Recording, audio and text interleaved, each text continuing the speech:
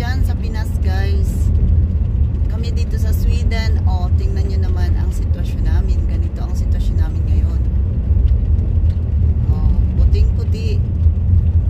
Maganda naman talaga. Kasi nga, puting-puti. Maganda lang to, guys, pagka ganito. Pero pag mag-umpisa na tong pag ma-melted na siya, guys, wala. So, pedulas na. Ganito dito ngayon.